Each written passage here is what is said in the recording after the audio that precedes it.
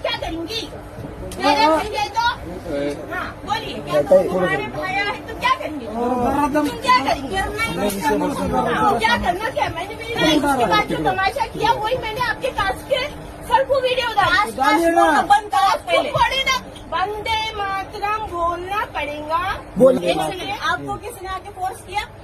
जी बोलिए करो क्या? आपको किसने फोर्स किया? क्या बोलना आप लोग? इस मिट्टी का खा के इस मिट्टी में रहना पड़ेगा।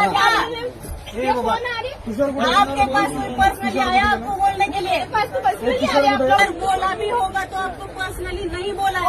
पर्सनल मन में लगा तुला। ओके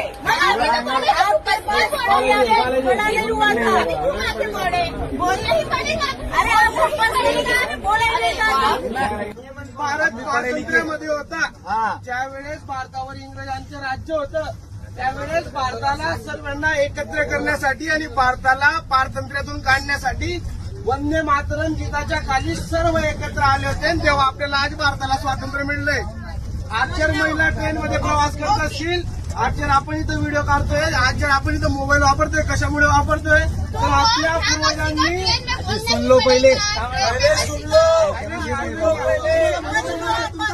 ऐकून घ्या तर त्यावेळेस वंदे मातरम गीत त्याच्यासाठी होतं तर भारताला स्वातंत्र्य मिळवून देण्यासाठी होतं आणि आज आपण वंदे मातरम गीतासाठी मोठं प्रमाणात करतोय. त्या ठिकाणी एखादी महिला जे वंदे मातरमचा विरोध करते, जो वंदे मातरमला असं पात्र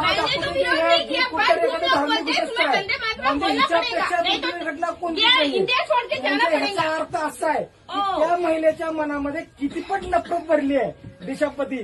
त्या महिलेला देशाप्रतीची नफरत पुढे दिसते. त्याच्या विरुद्ध कारवाई करायचं काम कोण केलं पाहिजे? कोण